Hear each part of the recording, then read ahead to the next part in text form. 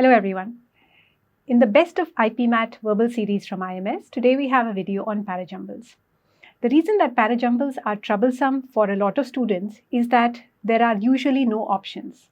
You have to type in the answer. Now the instructions here clearly tell you what kind of responses are acceptable and which are not. It says that only numbers are to be entered in the space. You are not to enter any letters, characters or spaces. It also gives you examples of responses which are not acceptable. So what is the strategy that we should be using to solve these kind of parajumble questions? We should use something called the sort link sequence strategy. It's fairly simple. You read each statement, you decide whether it's a starter or a follower statement. Secondly, when reading, see if you can connect two statements logically. In case you're absolutely certain that two sentences are consecutively together, we call it a mandatory pair.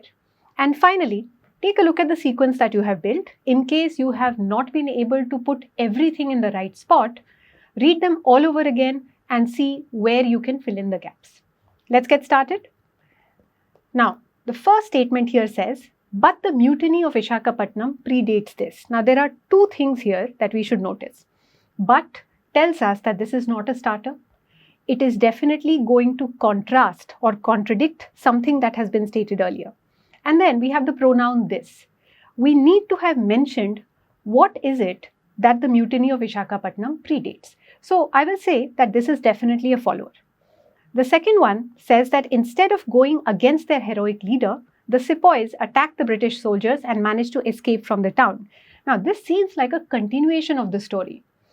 We are saying that the sepoys, who have not yet been introduced, they attacked the British soldiers and they did not go against their heroic leader. So we would ask ourselves, which sepoys are we talking about and who is this heroic leader? So we know that this is also a follower. The third statement says the sepoy mutiny of 1857 in the garrison town of Meerut is regarded as the first war of independence.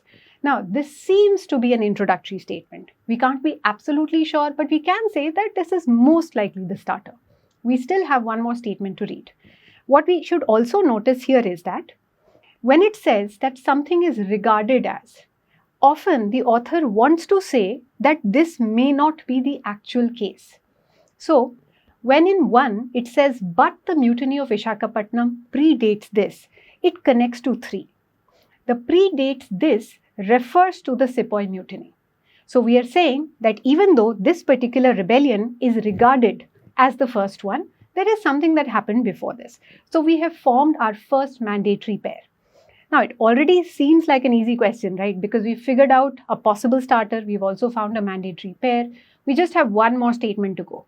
Now here we're starting with the pronoun. It happened in 1780.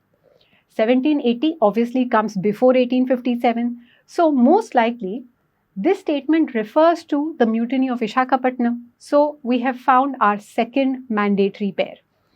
Now, do we need to take a look at the entire sequence one more time? It's always a good idea. What we know for sure is that 3 is the starter and that 3, 1 and 4 are linked. So what do we do with 2? Since we have not found any other spot for it, automatically 2 is placed at the end. So our answer is going to be 3, 1, 4, 2.